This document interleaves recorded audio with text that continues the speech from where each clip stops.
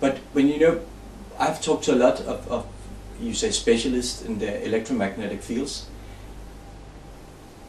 and you know they all keep saying when we get into this topic, oh, it won't heat your brain and it won't. But it's like, you know, they're talking in another world. It's like that they don't have the full picture of what is really going on. I wouldn't say they don't have the full picture. I would say they're not allowed to say it, or they're not allowed to say, because they know that they lose their funding and their job, and they can be killed at the worst, or then they get a heart attack anyway, and they get sick, they get cancer. Because killing today is not with the boom boom, you know, except for presidents and prime ministers, because they want to demonstrate. It is by causing cancer, a tumor, you become deaf and you become blind and whatever. And that is normal. That is normal, you know. What? We cannot just be silent. You know, we have to go out, because, you know. I feel absolutely people who know they have to, but if you are a scientist and you depend, you know, your job depends on that, and then you can never get another job. I can understand they are bound by, because when they went into the field, they had to already, like in the military, say that they have they have the code of silence. They are not allowed to talk. But then they are going against their own people, and that I don't understand. Science is nothing if it goes against your own people. No, exactly. I mean, why are we here? What is the meaning of human beings' lives? It's spiritually to evolve, all of us.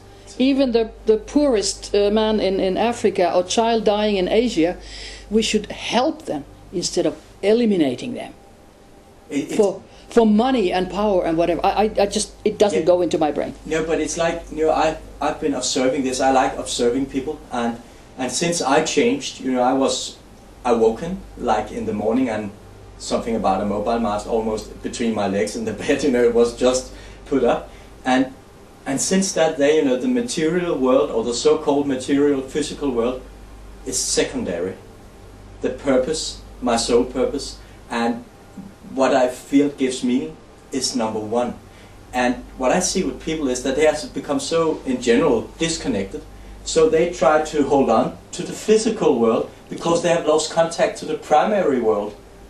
And this is very sad, because when you meet people and you can really, you know, when you get aligned with your soul, you see into other people's soul. You see their potential without them even knowing that. And that can be tricky, because you see how much they can do, but they are not connected to that. And that's the tricky part, I think. It's that their soul has been suppressed, so they are just stuck with material things, bigger houses, bigger cars, holidays all the time, and eating, drinking, and what I call mediocre sex. Because when you not have your soul with it, where's the love? The real love. It's a pseudo life, you can say. Well, I think we should be all striving towards the universal love, and that is love for everybody. It doesn't matter if it's a male or female, or dolphin, or your cat, or whatever, if it's a child dying in Africa, or whatever, or even the elite person who is doing bad things towards you.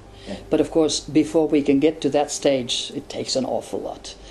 And to forgive is one of our lessons. Our lessons in lives are very, very different from what we think that are important.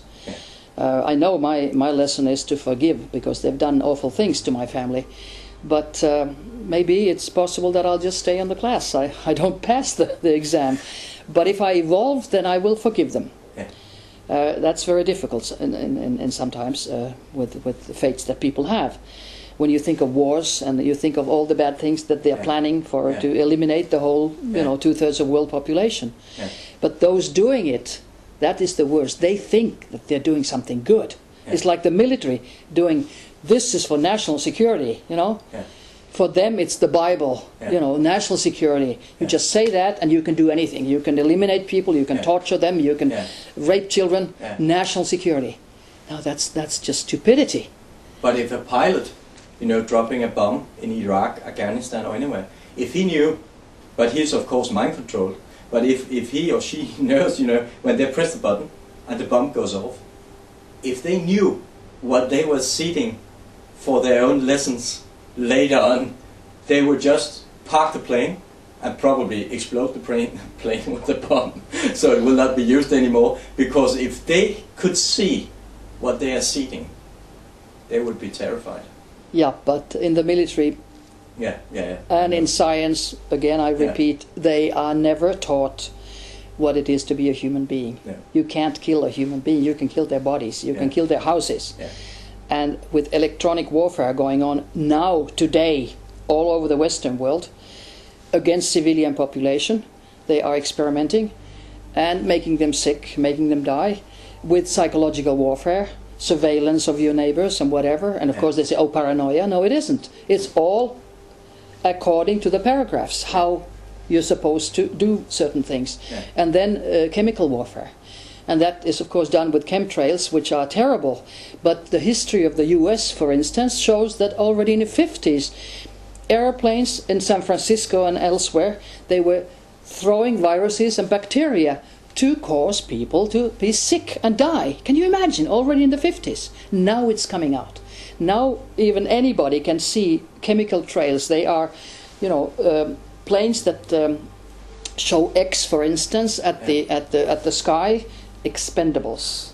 My house has many expendable signs, and they have viruses there if they want. They have bacteria there if they want. But normally in chemtrails they have aluminium, titanium, barium, and magnesium in powder form. And when you breathe it in, you become sick, maybe with asthma, with bronchitis, but you also become implanted with a microchip. And when you have metal in your body, even if it's amalgam in your teeth, which is about 50% at least mercury, so then the beaming towards you with electronic warfare experimentation is much easier. And that's why they want you to have amalgam, and they want you to have all kinds of metal things inside your body. And people know nothing about it. And then they say, oh, this is paranoia, come on. My government, my military is there, my police is there to protect me. That used to be maybe 100 years ago. But anyway, today they are experimenting. And the experimentations are deadly. And they're very, very bad.